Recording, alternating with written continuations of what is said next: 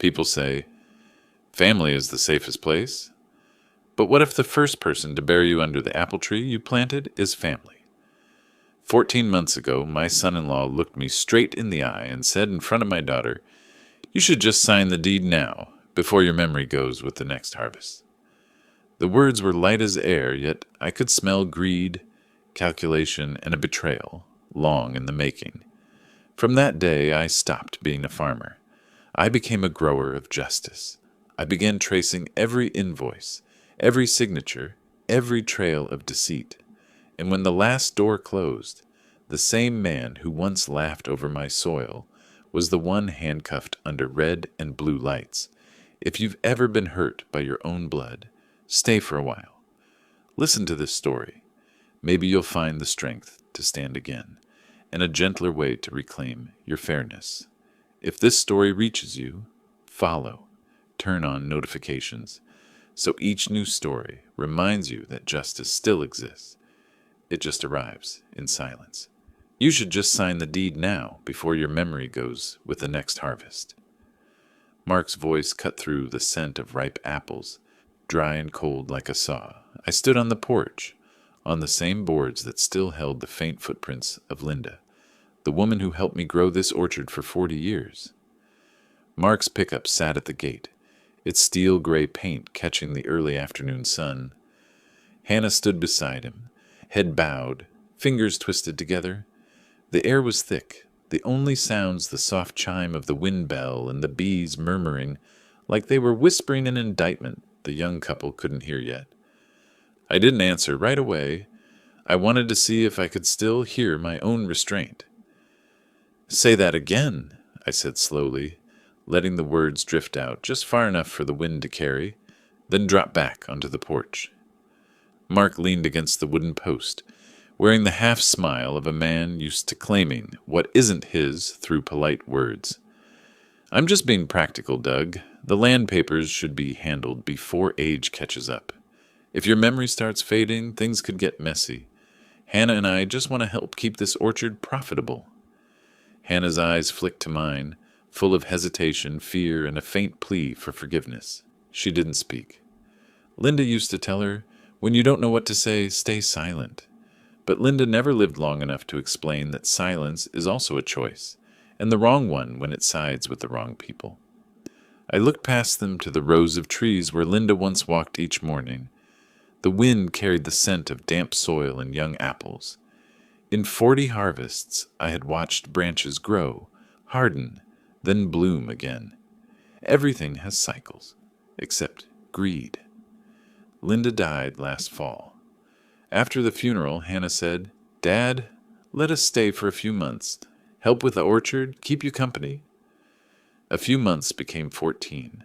The quiet house I once kept turned into Mark's headquarters, where he changed the back door lock for safety, upgraded the irrigation system for efficiency, and added a joint credit card for convenience. I never objected. I thought I was helping my daughter find stability. I didn't know I was laying the foundation for a scheme nurtured in every shared meal.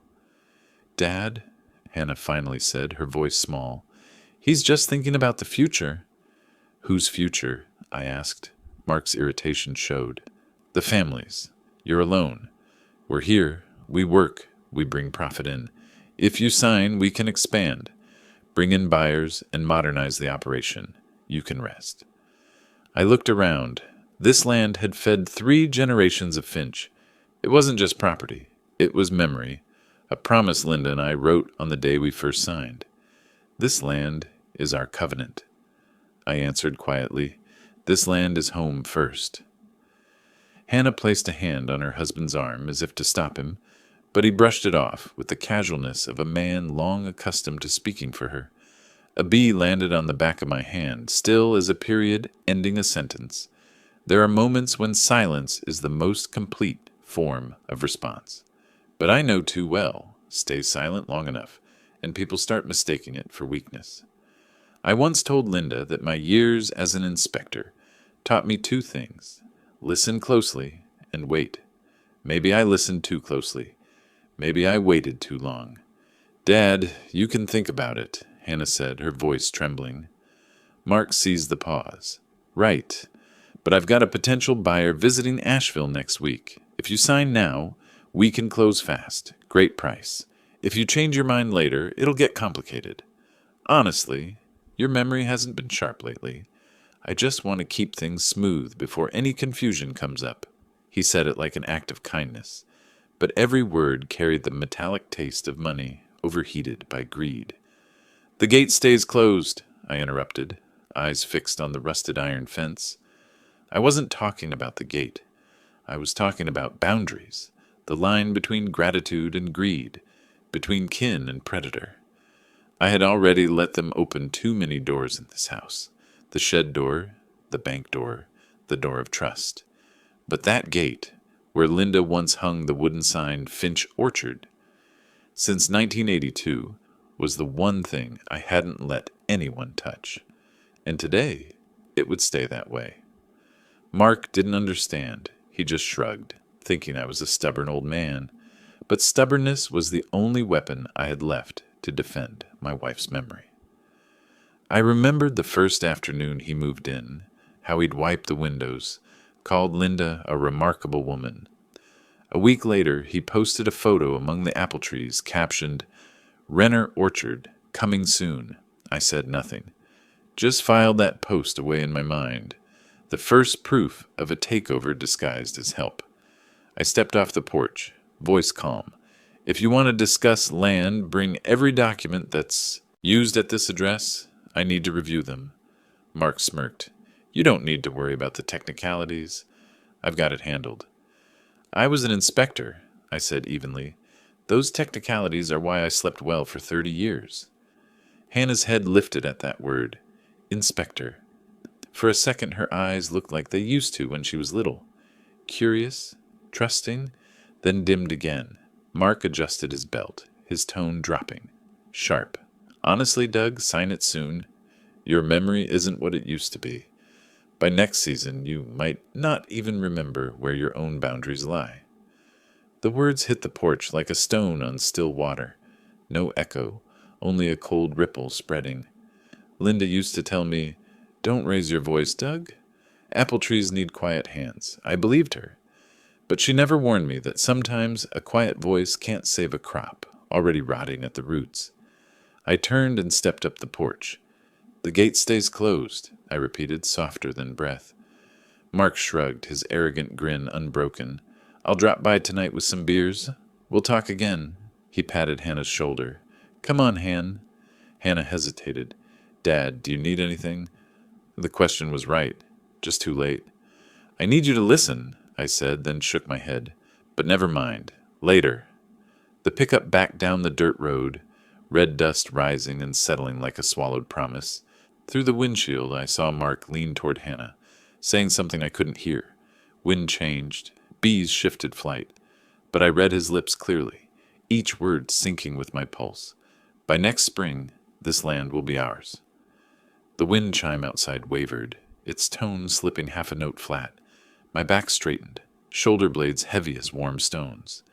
The bees still droned, but it no longer sounded like music. It sounded like a clock counting down. I went inside. My shadow passed the photo of Linda on the wall. She wore her green sweater, smiling among the autumn rows of apples. 2019. Beside it hung the copper watering can, its handle polished, its belly dulled by time. I walked to the last room down the hall, the one Linda called the office, where I kept everything that reminded me how to see clearly. The scale, the wooden ruler, the fountain pen, and the black ledger worn at the corners. I placed it on the desk. The paper smelled like truth, dry, brittle, and honest. Each column neat and precise, every year, every harvest, every small expense. Seed stock, irrigation pipe, barn repairs. I turned to a blank page, laid my finger on it, listening to the wind chime outside match the rhythm of my breathing, and I whispered, softly enough for the wood, the paper, the bees, and Linda to hear. They think I've forgotten how to count. There are nights when the wind slips through the trees and the bees fall silent, and I can almost hear Linda's footsteps on the dirt path, soft, steady, like someone still afraid to wake the season. Maybe it's just imagination, but at my age, imagination is the only thing left that still tells the truth. Everything began in the fall of 1989.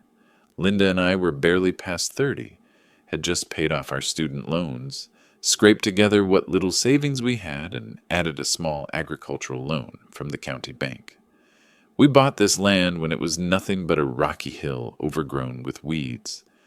I still remember the morning we signed the papers, Linda in her beige wool coat, hair tousled by the wind, eyes bright as sunlight cutting through fog. When the broker handed me the pen, Linda placed her hand on mine and whispered, "Doug, this isn't just land. This is a promise." That night, in the small wooden cabin we'd rented, she took a pencil and wrote on the first page of a notebook, "This land is our covenant." The land is our covenant, not with the bank, not with the state, but with each other. 20 years later, I still keep that handwriting framed in my office. The letters are soft, but firm, straight, but with a small curve in our, as if Linda wanted to leave room for the promise to breathe. In the early years, we planted apples and pears on alternating slopes. I worked days as the county's agricultural inspector, while Linda tended the orchard. At night, we sat together, calculating every cent of the budget. Once I asked her why she was so patient, and she smiled. "You inspect other people's land. I inspect our dream." In 1998, the first wildfire came. Dry wind, lightning striking the western ridge, flames spreading fast. The whole valley glowed like a furnace. I called the fire department, but the trucks came late. When the fire neared the first row of trees, I thought it was over. Linda ran inside for water buckets, and I just ran, without thinking. A voice shouted behind me, "Doug, don't run against the wind!" It was Roy Mathers, our northern neighbor, a retired police officer. He pulled me back, tossed me a wet blanket, and we fought the flames together for 3 hours. Thanks to him, the orchard survived. The next day, Linda brought him 2 baskets of ripe apples and joked, "If you hadn't been here, Mr. Roy, we'd be selling smoked jam." Roy laughed. "I've saved plenty of people from house fires," he said, "but this time I saved an autumn." From then on, Roy became part of the orchard, the silent witness Linda trusted more than any insurance contract. After she passed, he still brought jars of honey from his hives, setting them on my porch without a word. We shared the same understanding. Grief doesn't need explanation. This morning, when I unlocked the shed, dust covered everything like a film of memory. The old sickle Linda used to cut grass lay buried among the new tools Mark had bought. I picked it up. The blade nicked, the handle yellowed by years. Touching it stung more than any wound, not because it was sharp, but because it still held her warmth. I hung the sickle back where she used to keep it and looked around. Something felt wrong. The new fertilizer bags were stacked in a different corner, a different brand, and the printed prices were off. I've always remembered numbers, and even a few dollars out of place make me pause. After Linda died, I'd opened a secondary card on our joint account for Hannah to buy supplies, fix equipment, little things Linda once handled. I never thought to set spending limits. I trusted my daughter knew where the line was. I picked up one invoice, Ferdy Grow, Asheville Farm Supply, $820. I remembered the last time Linda bought the same type. It cost about $450. I checked the date. June this year. The signature read, Douglas Finch. The handwriting wasn't mine. I sat down, opened the small drawer beneath the desk, where Linda used to keep the paid bills. Inside, a bundle of papers tied with old twine. I untied it.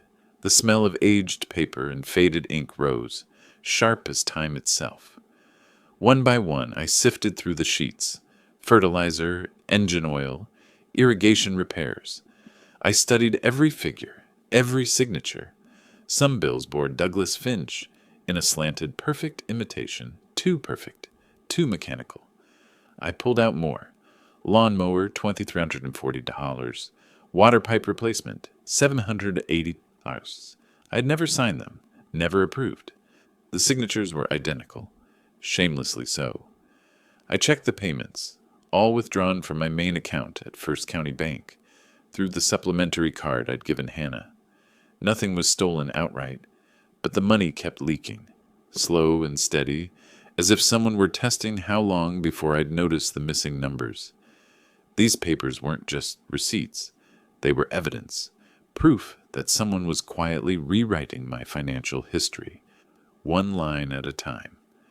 Linda used to say, "If you smell a wrong number, you won't sleep." She was right. That night, I sat under the pale yellow light of the living room, pencil wedged between my fingers, papers spread across the table.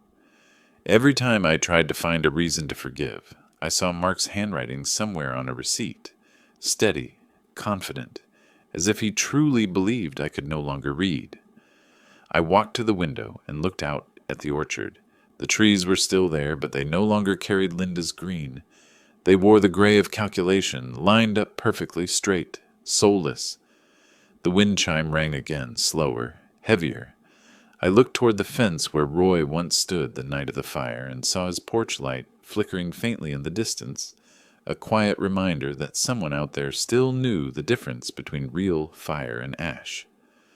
I turned back to the table and opened the old computer.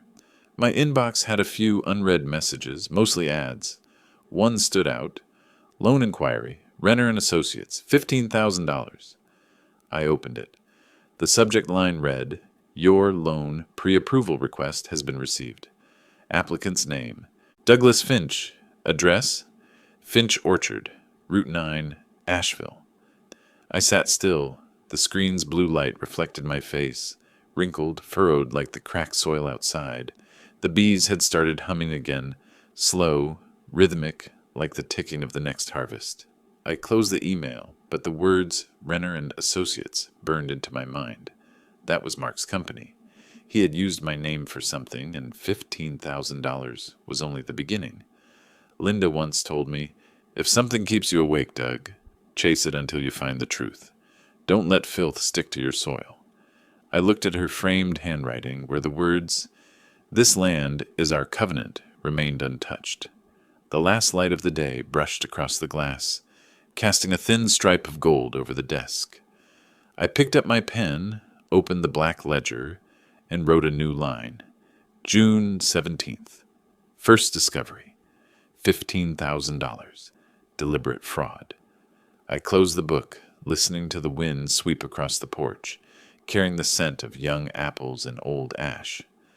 Linda's shadow seemed to move behind the trees, and I knew that from this moment on, the next harvest would yield more than apples. On the screen, the email still glowed with one line, Renner and Associates, loan inquiry, confirmed. That night, I didn't sleep. The house was silent, except for the faint ticking of the wall clock, like a distant heartbeat. I sat at my desk, surrounded by stacks of papers, the black-bound ledger open before me. The old yellow lamp cast a haze of light, catching dust, drifting in the air like fine mist. Each particle sliding through the beam reminded me of Linda, how she never allowed a single speck of dust to settle on her books. I began reviewing every expense, every number Mark and Hannah had left behind over the past 14 months. Each figure whispered something. First receipt, Ferdy Grow, $820. I opened the 2022 ledger, same brand, same store, $450. I laid the two sheets side by side. Numbers don't lie, people do. I opened my online bank record, First County Bank, checking account, Finch Orchard. Transaction June 6th, $820. Scrolling down, another charge the same day, $370 at Asheville Equipment Supplies. 2 stores, same product, same day. Mark hadn't bought twice. He'd split the bill to disguise the withdrawal. I checked the secondary credit card, Hannah's card. April statement, Renner Auto Leasing, $2,200, Harborview Dine and Lounge, $460, Blue Ridge Storage, $350. Total $23,000 in expenses unrelated to the orchard. I copied everything by hand. No computer. I trusted a pencil and ruled paper. Pencils don't lie.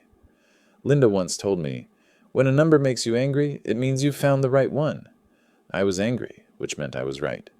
I wrote in the black ledger, Ferdy Grow Fertilizer, $820, actual $450. Water pipes, $780, actual $360. Lawnmower, $2,340, actual $1,200. Secondary card, unrelated charges, $23,000. I leaned back, listening to the insects outside, the wind slipping through the door frame, carrying the smell of young apples and smoke. I closed my eyes, remembering the years Linda kept the books. Every line neat, her handwriting small and clean, not a comma out of place. Now my desk held evidence of forgery, signatures too perfect to be real. Around 2 a.m., a pull inside me made me rise. I opened my old laptop and went to the Buncombe County Business Registry. I'd once been an inspector there. I still remembered how to search by ID. I entered Finch Orchard, Route 9. The results appeared. Finch Ridge, LLC, registered March 15th. Harvest Renewal, LLC, registered April 22nd. Renner Orchard Management, LLC, registered June 2nd. All shared one address. Finch Orchard, Route 9, Asheville, North Carolina. Legal representative, Mark Renner. I stared at the screen. Outside, the bees had gone quiet. Only the wind rustled through the leaves, as if the whole orchard was listening to me read the record of its betrayal. I opened the first file, Finch Ridge, LLC. The PDF loaded. Registered agent's signature, Douglas Finch. I zoomed in. My signature, exact, down to the faint fold in the D, the curve of the G. But I had never signed anything outside the bank. I opened Harvest Renewal, LLC. Same signature, same placement, different date. A familiar hand had scanned an old document and pasted my name onto it. A chill crawled up my spine, not fear, but recognition. People only forge what they think no one will ever check again. I printed the 3 pages and stacked them neatly into a clear folder. The pencil trembled slightly in my hand. I couldn't remember the last time I shook from anger. Linda used to say, fraud is like a worm in an apple. It doesn't come from outside. It sprouts from the seed. I looked at her photo, gentle eyes, unyielding will. I wrote, June 19th, discovered 3 new companies, all registered at Finch Orchard. Forged signatures, legal representative, Mark Renner. The yellow lamp glowed across the desk, reflecting off the glass frame of Linda's picture. From where I sat, she seemed to smile. A sad smile. I whispered no louder than the wind. Linda, I found the worm in the apple. The chime on the porch answered softly. The next morning, sunlight poured through the old window frame, spilling across my desk where the papers from the night before still lay open. I hadn't slept. I just waited for daylight, like a man guarding a harvest. The smell of dripping coffee mingled with the scent of old paper and pine. On the wall, Linda's photograph caught a faint glimmer of light, and I could almost hear her voice. Doug, don't stand alone. Find someone who knows the law. The first name that came to mind was Patricia O'Malley. She'd worked with me at the Buncombe County Land Inspection Office nearly 20 years ago. A sharp, pragmatic woman, strong as steel. Later, Patricia opened her own firm on Main Street specializing in property and land rights. The last time I saw her was at Linda's funeral. She had shaken my hand and said, "When you need me, I'll be here." Today, I did. When I called, her voice was steady, calm as ever. "Doug, I knew this day would come. Meet me at my office at 10. Bring everything you have." No questions, none needed. The office of O'Malley and Associates sat on the second floor of a red brick building across from the cafe, where Linda and I used to stop after the farmer's market. The glass door bore silver letters, Property Law, Title and Trust. Inside, the scent of polished wood mixed with black tea. Patricia looked up from a pile of files, her eyes clear and sharp, as if she'd come straight from a courtroom instead of a quiet morning. "You've aged," she said, half smiling. "You haven't," I replied. She nodded toward the chair. Let me see what you've got. I set the stack of documents on her desk, the 3 business registrations, bank statements, and a few invoices with forged signatures. She put on her glasses and examined every page, marking in red with precise lines. They're still living there? She asked. Yes. Since Linda passed. Almost 14 months. No lease, right? No. I just let them stay. They said they wanted to help me with the orchard. Patricia leaned back, arms crossed. Then we're looking at a tenant-at-will situation. In North Carolina, that means occupants without a lease, living by the owner's consent.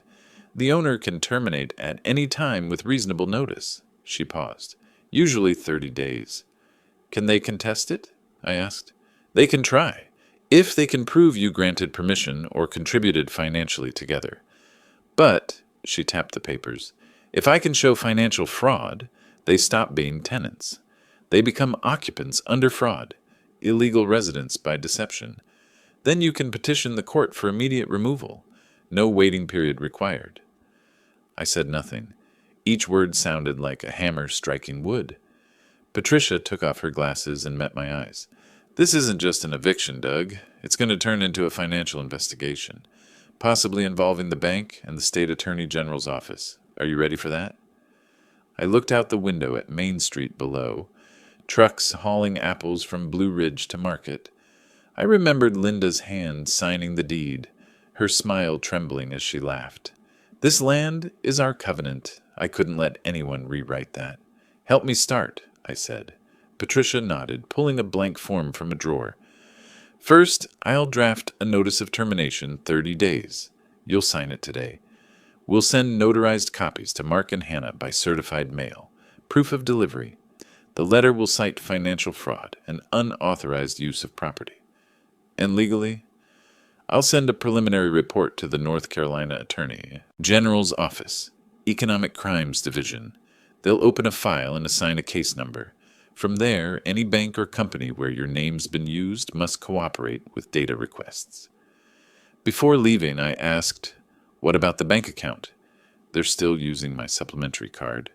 Patricia nodded. Freeze it immediately. But don't delete the transaction history. Keep every statement. I'll attach them to the fraud file. Open a new account in your name only. I wrote in my ledger, June 20th. Supplementary card frozen, new account opened. Like cutting a deep root, but leaving the trunk for evidence, I said. Patricia smiled. Exactly. The law's the sharpest axe when held right. I signed the paper.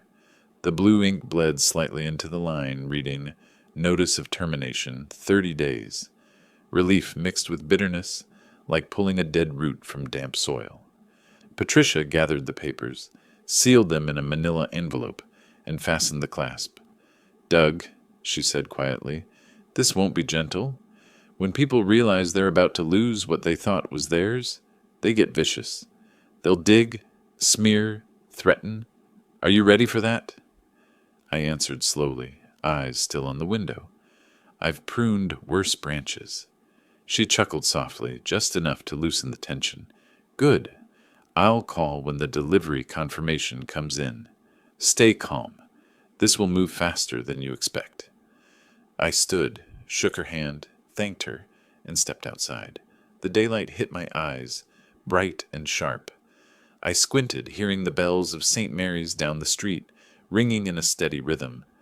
A new day had begun, and I knew nothing would stop what was now in motion. That evening, back home, I placed the envelope with my copy of the notice of termination on the kitchen table. The wind chime on the porch rang softly, marking the start of the 30-day countdown. I unlocked my phone, scrolled through my contacts, and stopped at the name. Locksmith, Roy's Safe and Key. I called, voice low but firm. Tomorrow, 8 a.m., I need every lock replaced. The call ended. Outside, the wind carried the scent of young apples into the house. I sipped my cold coffee, glanced at the envelope, and murmured, Linda, the pruning has begun. The next morning I woke earlier than usual. Dawn was just breaking, dew still clinging to the apple leaves, and the wind chime outside rang long and cold, like metal striking metal. I stood on the porch with a cup of coffee, staring down the road toward the gate. It was the kind of morning when silence no longer meant peace. It was the pause before the wind turned strong. Around 7:15, I heard the engine of the familiar Ford truck rumble to life outside. From behind the curtain, I watched Mark load 2 small duffel bags onto the truck bed. Hannah followed, holding a paper bag stamped Blue Ridge Market. "Heading somewhere?" I asked, keeping my voice even. Hannah answered, quickly avoiding my eyes. "Mark's got a meeting in Hendersonville. We'll be back before evening, don't worry." Mark said nothing, only muttered, "Before 5."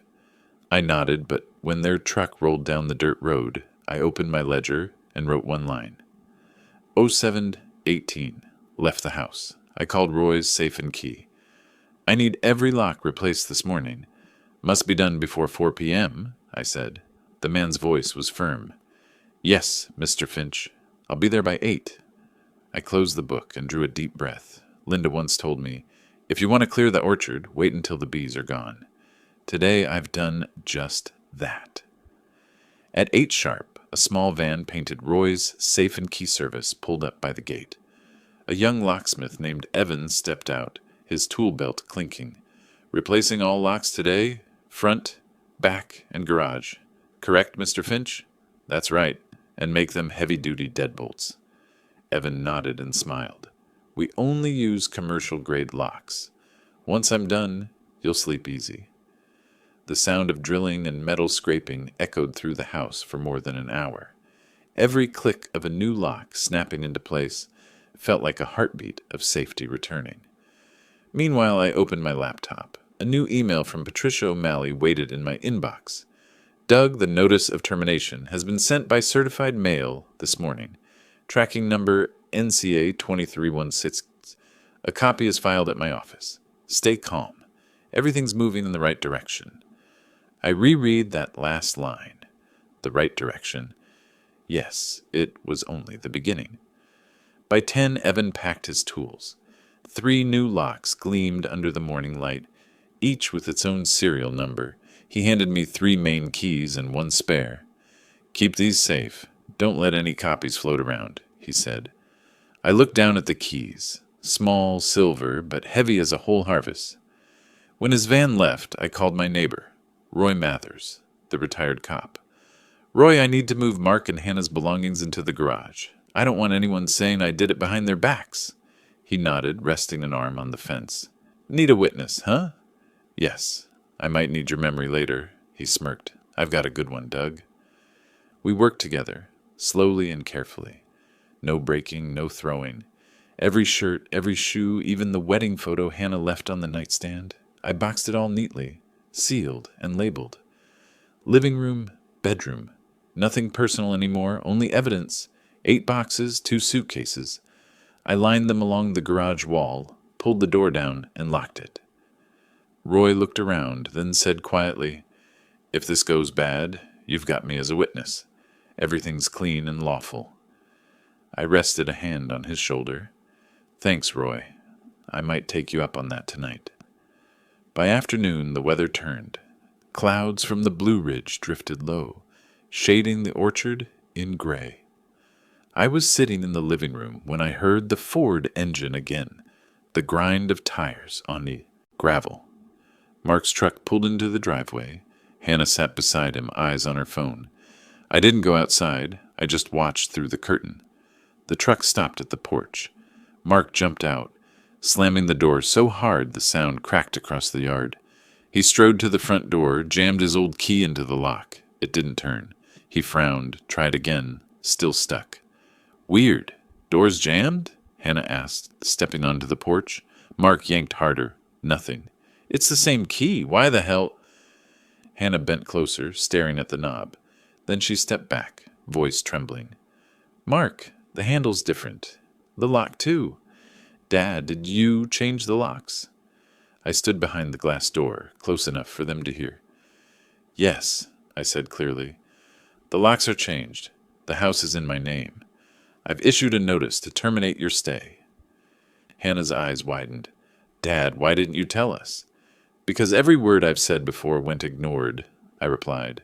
Mark shouted, "You're kicking your daughter out?" My voice stayed calm. "No, I'm reclaiming what's mine." The sentence hit like a strike. Mark slammed his palm against the doorframe, roaring, "Stubborn old man!" Then he ran to his truck, grabbed a crowbar, and charged back toward the porch. I dialed 911. 911, what's your emergency? This is Douglas Finch, Finch Orchard, Route 9. Someone's trying to break into my house. I'm afraid they'll force entry. Are you safe, sir? I'm inside. I changed the locks. They can't get in. Stay on the line. Officers are on their way. I placed the phone on the table and switched on my inspection recorder. Through the glass, I saw Mark step back, face red, crowbar glinting under the fading sun. "Mark!" Hannah screamed. "Stop! Shut up!" he yelled, wedging the bar into the frame and prying hard. Metal screeched, sparks jumping. "He's armed," I told the dispatcher. "Crowbar! He's trying to break the door." The voice came firm. "Maintain distance. Officers are en route. Do not leave the house." Outside, Roy stood by the fence. Phone raised, recording. He met my eyes and nodded. We both understood. Everything was being documented. 3 minutes later, the sound of sirens cut through the valley. Blue and red lights flashed through the orchard. Mark didn't even notice, too busy wrenching at the lock. The patrol car screeched to a halt. 2 officers, Rodriguez and Hale, stepped out. One aimed his flashlight at the porch. "Sir, put down the tool. Step away from the door." Mark froze, startled. "Wait, this is a misunderstanding. This is my house." "Your name?" Rodriguez asked. "Mark Renner." "And whose name is on the deed?" "Douglas Finch, but I live here." "You have no ownership, no lease, and you're holding a weapon at a locked door. Drop the tool now." Mark hesitated, then let the crowbar fall with a clang. Hannah cried. Roy stayed filming. Rodriguez examined the door. Fresh scratches, clearly forced. He looked at me through the glass. "Mr. Finch, you okay?" "I'm fine," I said. I called 911 and recorded the whole thing. My witness is Mr. Roy Mathers, neighbor. Rodriguez nodded and took notes. "Mr. Renner," he said firmly, "you're under arrest for attempted property damage and disorderly conduct." "What? I just wanted to get into my house." "You can explain that in court." Officer Hale read him his rights as he cuffed him. Hannah sobbed. "Mark, stop talking." The police led him to the cruiser. Roy walked over and laid a hand on my shoulder. "Don't let anyone say you weren't ready. You've got every piece of evidence in your hands." I watched the patrol car disappear down the dirt road. The sun dipped low, casting a honey-colored glow over the orchard, warm but cold at its core. On the porch, the crowbar lay shining, reflecting the last light of the day, a confession that needed no signature. I closed the door, the new lock clicking tight. In my head, Officer Rodriguez's voice echoed, "Mr. Renner, you're under arrest for attempted property damage and disorderly conduct." That night, Finch Orchard was unnaturally still. No engines, no voices, only wind threading through the apple branches and the faint chime outside, thin, fragile, like the breath left after a storm. I ate dinner alone, the leftover stew cold on the plate. The sound of my fork against porcelain was small enough to make the whole house feel emptier. On the table, the envelope with the notice of termination sat neatly in place, its corner curled by moisture. I looked at it, then at the empty chair beside me. Linda used to sit there, talking about the harvest, laughing in the sunset. Now it was just absence that had weight. The phone buzzed, a message from Hannah. "How could you call the cops on your own daughter's husband?" I read it slowly, each word a dull blade scraping memory. I typed a few lines, then erased them. There were no words for those who'd already decided not to listen. I set the phone down and listened to the ticking clock, the rhythm of isolation. 10 minutes later, the phone rang again. Patricia O'Malley. Her voice was calm, clipped, and professional, cold as precision. "Doug," I heard. "You're unharmed." "I'm fine. Just a few scratches on the new lock." "Good. Listen carefully. Don't respond to any message or call from them. From now on, all communication goes through documents, email, certified mail, or their attorney. No words from you can be twisted if you don't give them any. Understood. I'll prepare preemptive filings. They won't stop. She hung up, her voice still echoing in my head like a gavel against wood. Don't respond. The next morning, as I poured coffee, I heard a truck stop at the gate. Roy lifted a yellow envelope over the fence. Hand delivered, Doug, from Merriman and Hart, Mark Renner's lawyers. I opened it and read carefully. Demand letter. Compensation of $30,000 for unlawful eviction and emotional distress. I laughed under my breath, the sound brittle in the empty kitchen. $30,000 for breaking into my own house? I snapped a photo of the letter and sent it to Patricia. 10 minutes later, she replied with an email and a PDF attached. Subject, legal response, Renner claim. It read, under North Carolina statute 4225.6, in cases of tenancy at will, no lease agreement, no legal tenancy rights exist. Therefore, no claim of unlawful eviction can be sustained. Patricia O'Malley, attorney at law. I smiled. Imagine that. A man without a lease hiring a lawyer to sue the property owner for eviction. Roy heard me through the fence and burst out laughing. Then they just shot themselves in the foot, Doug. I poured another cup, staring out at the orchard. Dew glistened on the young apples, peaceful in a mocking way. But I knew the storm wasn't over.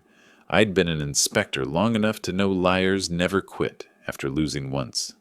The phone rang again, Patricia's voice now sharper. Doug, the Attorney General's office just confirmed receipt. They've begun reviewing Renner Orchard Management's files. But you need to brace yourself.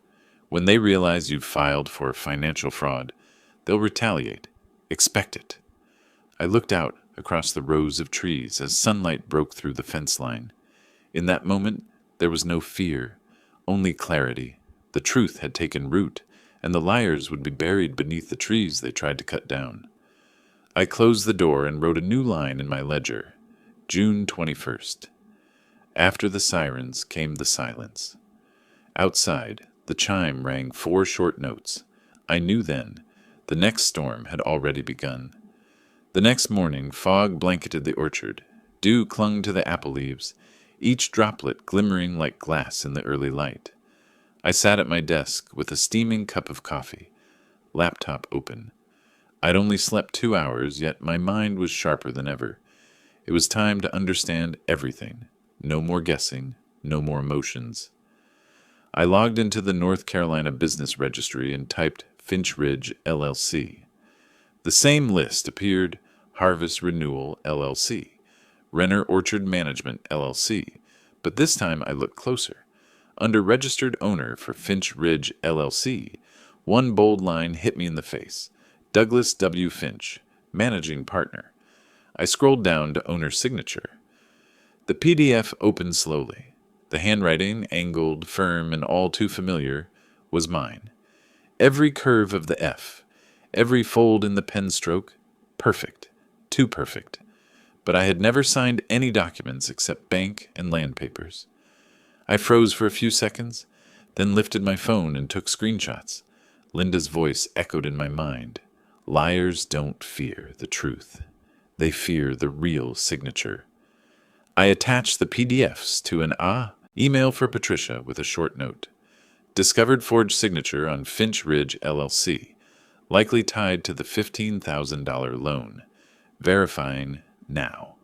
Her reply came almost instantly. Good. Do nothing further until I confirm with the bank. Keep every copy. That afternoon, I drove to First County Bank in Asheville. The air inside was cold, the smell of paper and toner bringing me back to my inspector days. At the service counter stood a young clerk named Angela, cautious but kind. "How may I help you, Mr. Finch?" she asked.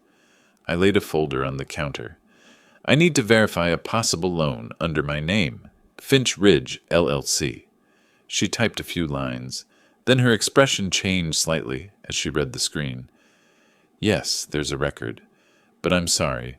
We can't disclose loan details unless you file a fraud affidavit." "What do I need for that?" I asked. A notarized fraud affidavit.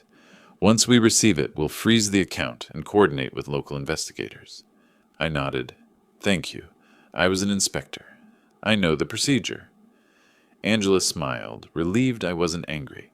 She printed the form and handed me detailed instructions. That evening, I sat at my desk filling it out. Name, Douglas W. Finch. Suspect account, Finch Ridge, LLC. $15,000 loan. Signature, not mine. I signed my true name carefully, my hand trembling with anger and exhaustion. Linda once said, when your signature is true, the lies will always show their cracks. I mailed the affidavit overnight, one copy to the bank branch, another to the sheriff's office, Economic Crimes Unit. 3 days later, the phone rang. A woman's voice, steady, firm but warm. Mr. Finch, this is Detective Carla Monroe, Economic Crimes Unit, Buncombe County. We received your affidavit. Can you come in today to finalize your statement? I'll be there in an hour, I said. The sheriff's office sat on Haywood Road, a brown brick building with the North Carolina flag whipping above it. Detective Monroe met me at the door, mid-40s, hair pulled tight, posture like someone who didn't waste time. She led me to a small office and set a file on the desk. I've reviewed your materials, she began. It looks like your signature was copied and used on incorporation documents. That company then took out a bank loan using your identity. First County Bank confirmed. $15,000 was disbursed 2 months ago under your name. I was silent for a few seconds. And now? I asked. Monroe switched on a recorder, her voice calm and procedural. Now, we're opening an official investigation. Case number 2025-3417. From this point forward, you are the complainant in a criminal fraud and forgery case. We'll need your sworn statement and supporting copies. She paused, meeting my eyes. Mr. Finch, I should tell you this up front. Tell me what? I asked. We're treating this as a criminal identity fraud case, she said. You might want to sit down. I did, hearing the chair scrape softly on the tile. The room went quiet, except for the faint hum of the recorder, and in that silence, one thought cut through everything. They dug a hole using my name, and now they're the ones who'll fall into it. 3 weeks later, the morning was bright and cold as metal. Thin ribbons of fog still hung over the Blue Ridge Valley as I drove to the Buncombe County Courthouse. Outside, the maples were turning gold, and the wind scattered their leaves across the stone steps. I felt no fear, only the clarity of a craftsman who knows his saw blade has been sharpened enough. The courthouse was crowded. Local reporters filled the lobby. The case had spread through the region. Son-in-law arrested in orchard fraud scheme. I passed through security, lifting the envelope with the original documents and copies I'd filed with Detective Monroe. The guard nodded slightly. Good luck, Mr. Finch. Courtroom 4 sat upstairs, walnut doors heavy as judgment, a brass plate reading, On Judge Marianne Keller. When I pushed them open, the air smelled of varnish, paper, and morning coffee. People spoke softly, as though any sound might fracture the tension hanging in the room. I took a seat in the third row, where observers usually sit. In front of the wooden barrier, Mark Renner sat beside his lawyer, in a gray suit, collar rumpled, eyes downcast. Behind him, Hannah clasped her hands tightly, eyes red. When I entered, she turned away. To my right sat Patricia, stern and composed, holding a stack of files. To my left, Roy Mathers sat upright, his gaze solid as a wall of quiet justice. The clerk called out, Case number 2025-3417, State of North Carolina versus Mark Renner. Judge Keller nodded for the Assistant District Attorney, Laura Beckett, to begin. A young woman with her hair tied high and a voice sharp as glass stood. Your Honor, the defendant, Mark Renner, is charged with 4 counts. Identity theft, forgery, theft by deception, and attempted forced entry. Reporters' keyboards clattered. Beckett lifted a thick folder, the light glinting off its pages like a blade. Evidence from the Economic Crimes Unit confirms that the defendant used the forged signature of Mr. Douglas Finch to form Finch Ridge, LLC, and obtain a $15,000 loan under his name. Additionally, he attempted unlawful entry after receiving a termination notice. The clerk's pen tapped rhythmically as the charges were read, each word striking like a hammer on the door of truth. Beckett continued. Forensic analysis shows the signature was digitally copied from Mr. Finch's original documents, and eyewitness testimony confirms the defendant's use of a metal bar to force entry, specifically Mr. Roy Mathers, former police officer. Roy gave a short nod, eyes fixed on Renner. I saw Mark's hands tighten, knuckles pale. Beckett's tone dropped. The defendant forged his father-in-law's signature to obtain a financial loan. The words hung in the air, sharp and heavy. Silence followed, thick, electric. Then suddenly Mark slammed his hand on the table and shouted, "That old man's losing his mind. He permitted me. He's making this up." The sound cracked through the wooden room. Hannah burst into tears. A few jurors lifted their eyes, their expressions shifting. They didn't need more to see who he really was. Patricia leaned toward me, whispering, "He just shot himself in the foot." Judge Keller struck her gavel 3 times, her voice cutting through the chaos. "Mr. Renner, sit down. One more outburst, and it will be entered as contempt." Mark dropped back into his chair, sweat darkening his collar. Beckett turned calmly to the judge. "Your Honor, the state moves to proceed to full trial based on evidence and the defendant's conduct before this court." Keller's eyes were cold as stone. Motion granted. We'll proceed to trial. The air grew heavy, as if something unseen had fallen between us. Roy rested a hand on the bench ahead and murmured, "You've won the first round, Doug." I nodded slightly, eyes still fixed on Mark, his face no longer that of the smug man from the orchard, but of someone realizing the gavel was already descending. I stood and left the courtroom in silence. In my head, the judge's voice still echoed. "We'll proceed to trial." Outside, the Blue Ridge wind swept through the apple rows, scattering leaves like confessions, and I understood. The wind of justice had reached its peak. The day of the main trial arrived in mid-autumn. The Blue Ridge sky was so clear you could see the silver mist resting on the far peaks. That morning I woke early, brewed a pot of coffee, and put on the old suit Linda had picked for me back in 2004 when I first started at the inspector's office. It fits tight at the shoulders now, but I kept it as a reminder that justice never goes out of style. Outside the courthouse, local reporters were already waiting, cameras flashing in the morning light. The headline on the Blue Ridge Chronicle read, "Renner Fraud Case Reaches Final Hearing. Orchard Owner Takes the Stand." I pushed through the heavy wooden doors and took a deep breath. The scent of oak, ink, and courthouse coffee steadied me like walking into an old workshop. I sat in the front row, just behind the low wooden barrier. Judge William Henson presided from the bench, stern, cold-faced. To his right stood Ada Laura Beckett, with a thick stack of files. To his left sat Mark Renner and his lawyer, both rigid. Hannah sat behind them, hands clasped, pale and tired.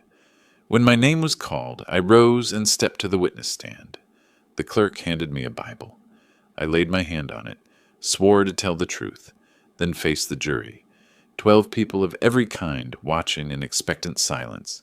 Beckett began, "Mr. Finch, please describe how you discovered the fraud, from your first suspicion to the final evidence." I drew a breath and spoke, not as a victim, but as an auditor giving his year-end report. On June 19th, I found a fertilizer invoice from Ferdy Grow showing $820 instead of $450. On the 20th, I checked my bank records and found a secondary card had been misused, a total of $23,000. "And after that?" she asked. On June 21st, I filed a fraud affidavit with First County Bank. On June 26th, the Economic Crimes Unit confirmed that Finch Ridge LLC contained a forged signature. The $15,000 loan under my name had been deposited into an account controlled by Mark Renner. The courtroom was silent. I continued evenly, every figure crisp as a ledger line. Total losses, according to bank statements and invoices, are $38,000. I don't speak much, but I let the numbers do it. A few jurors nodded. Some jotted notes. One shook his head in disbelief. I looked at the papers before me, then up again. I never wanted to evict anyone. I just wanted the truth to stand upright. Mark's attorney stood. Mr. Finch, did you ever authorize your son-in-law to use your name for business registration? No. Could it be you forgot? I was an inspector for over 30 years. I don't forget my own signature. Soft laughter rippled behind me. Judge Henson tapped his gavel once, silencing the room. Then Mark took the stand. He walked stiffly, shirt wrinkled, face tense. When Beckett read aloud, "The defendant forged his father-in-law's signature to obtain a financial loan," he snapped, slamming the table. "That old man's losing his mind. I did it for the family." Henson struck the gavel 3 times. "Mr. Renner, one more outburst, and you'll be held in contempt." The air thickened. I stayed silent. Sometimes silence is the clearest evidence of all. Next came Hannah. Her hands trembled as she took the stand. "Mrs. Renner," Beckett asked, "did Mr. Finch ever pressure your husband to act out of control?" Hannah shook her head, voice breaking. "No, I was afraid of him. I was afraid of Mark. I didn't dare speak when I saw him sign his father's name." A few jurors sighed. Beckett thanked her and sat down. The room held its breath. Judge Henson turned to the jury. "Ladies and gentlemen, you have heard the testimonies and examined the evidence.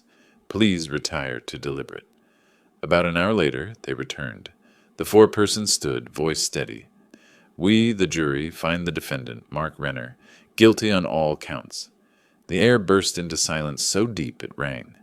I didn't smile or speak. I only felt the weight lift, like the last leaf falling after a storm. Henson nodded, wrote the verdict, and pronounced sentence. "Mark Renner is hereby sentenced to 18 months in state custody, 5 years probation, and restitution of $38,000 to the plaintiff, Mr. Douglas Finch." Roy squeezed my shoulder. Patricia gave a faint, satisfied nod. I looked toward Hannah. She bowed her head, tears slipping quietly onto her hands. I stepped closer, speaking softly so only she could hear. "Now you can grow again." She looked up, eyes red but clear. I turned and walked out of the courtroom. Autumn wind swept through the corridor, carrying the scent of ripe apples from the far orchard. Justice now had a shape, and it smelled of soil, wood, and truth. The morning after the trial, rain drifted softly over Blue Ridge. Droplets tapped against the tin roof like tiny metal hammers, steady and cold. I sat in my study with the window open, letting the damp air carry the scent of soil and faintly fermented apples. The house was so quiet I could hear Linda's old clock ticking, marking time as if to remind me that justice, once done, leaves only silence behind. On the desk lay the closed case file, a stack of blank paper, and my blue fountain pen. I called Patricia O'Malley, the friend who'd walked beside me through every round of this fight. "Patricia, are you free this afternoon?" "Always for you, Doug. What's on your mind?" I looked out at the orchard, the bare branches catching rain. "I've been thinking, if all this has to mean something, maybe it should help someone else. I want to start a fund for seniors, exploited financially, like I was." Patricia was quiet for a few seconds before answering softly, "I understand. I'll draft the paperwork." "What's the name?" I looked at Linda's photo on the shelf, her smile bright among the apple trees, holding a wooden sign that read, "This land is our covenant. Call it the Finch Covenant Fund." "Beautiful," she said. "A good beginning for your next chapter." That afternoon she came by with the documents. I read each line slowly. The fund would use the $38,000 restitution transferred through her firm to open an account. Its purpose: to aid victims of financial abuse in western North Carolina. I signed, the blue ink trembling slightly, yet my heart light, like the first cut of pruning after a storm season. As Patricia was leaving, a small car stopped at the gate. I recognized it immediately. Hannah. She wore a brown raincoat, hair tied back, envelope in hand. Standing at the doorway, she hesitated. "You can come in," I said. She stepped through the hallway and stopped at the wooden table. Her eyes were swollen from sleepless nights. She laid the envelope down and spoke hoarsely. "I don't even know where to start. All my life, I've never lived without someone telling me what to do. Mark spoke, I listened. You spoke, I listened. Now, there's no one left." I was silent for a moment, then pointed toward the orchard, where the oldest apple tree stood bare in the rain. "See that tree? This season it looks dead, but it's not. It's cutting back sap, resting to grow again. It has to learn to stand alone through the cold." I turned back to her. "Now you can learn that too." Hannah nodded, tears mixing with rain on her face. She opened the envelope and drew out notarized papers. Divorce decree. Final judgment. She placed them on the table beside a blue pen. "The court signed this morning. I wanted you to be the last witness." I glanced through the pages. The name Mark Renner, respondent, stood alone on the line.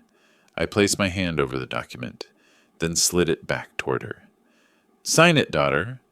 She signed, the ink spreading slightly, the pen scratch sounding like raindrops striking the roof.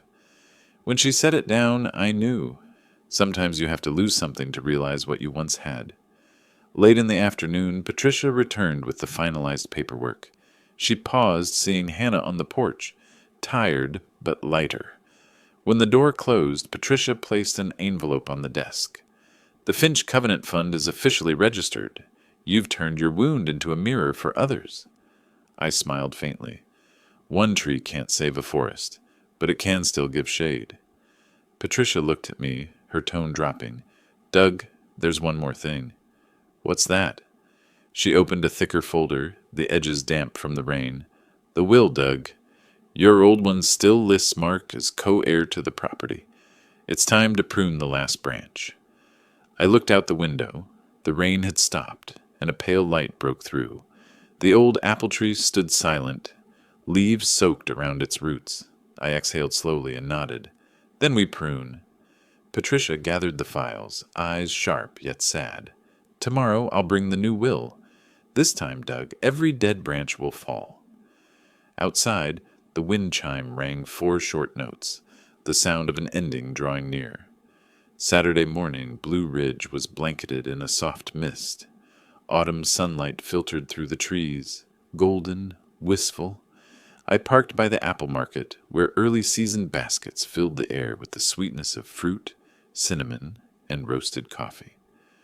In the corner cafe beside the stalls, a wooden sign read, "Maple and Hearth, since 1992. I took the window seat, the one where light fell diagonally across the wooden table, leaving a warm stripe like a ribbon of memory. I arrived 10 minutes early. The wind stirred the door chime, then Hannah stepped in. She wore a beige sweater, her hair loose, her frame thinner, her eyes calmer. When she saw me, she paused, then gave a small nod. "You still like the window seat, don't you?" she said. "Old habit," I replied. "Light helps me see what I'm about to sign." She sat, fidgeting with her cup. Outside, autumn leaves drifted down like old memories, breaking free from their branches. After a moment, I took an envelope from my coat and laid it on the table.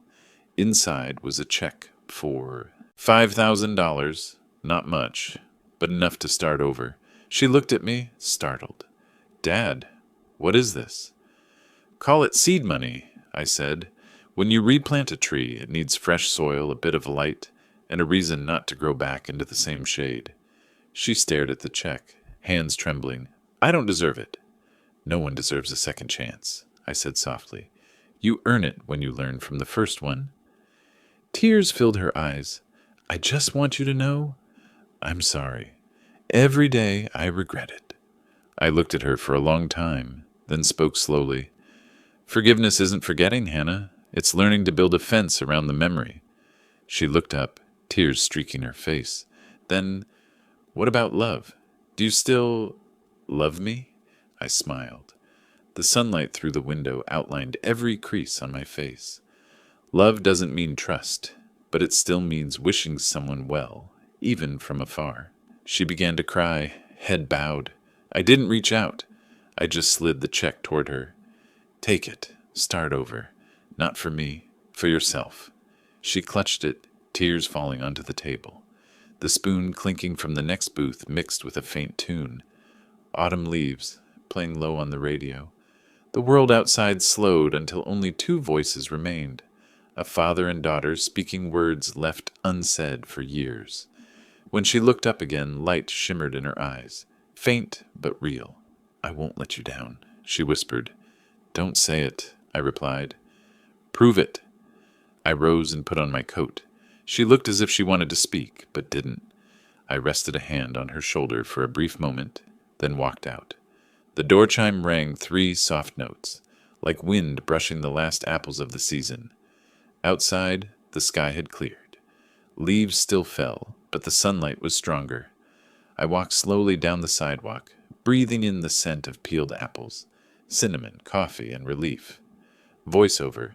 Some trees can only bear fruit when given distance. Some kinds of love are the same. Some trees need distance to bear fruit again. That final afternoon of the year, I returned to the orchard. Sunlight cut through the branches, glinting on old scars now sealed with resin. The air smelled of soil and fading sweetness from the last harvest. I walked between the rows until I reached the oldest tree, its bark rough, roots rising like old wounds. I laid a hand on its cool trunk. It felt like touching my own life. 40 years this orchard had seen everything: love, loss, betrayal, and finally, justice. But the greatest lesson wasn't how to grow apples. It was how to keep roots. Roots let a tree survive storms. Character lets a person survive life. I looked up into the clear sky and spoke softly, as if to Linda. We kept the covenant, didn't we?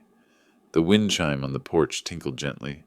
Somewhere, Hannah was probably beginning her new morning, perhaps in a small apartment, a sapling by her window, the seed of independence just breaking through. I turned and closed the gate. On the old wooden sign, Linda's words still read, "This land is our covenant." Beneath it, I added my own. And forgiveness is the harvest. If you've ever been betrayed, if you've had to learn to stand through a storm within your own family, remember this. Justice doesn't need to be loud. It only needs patience, clean records, and a heart strong enough not to become what hurt it. If my story touched you, hit follow, turn on notifications, and comment the city you're listening from. So I'll know that somewhere out there, people still believe silence can speak the language of justice.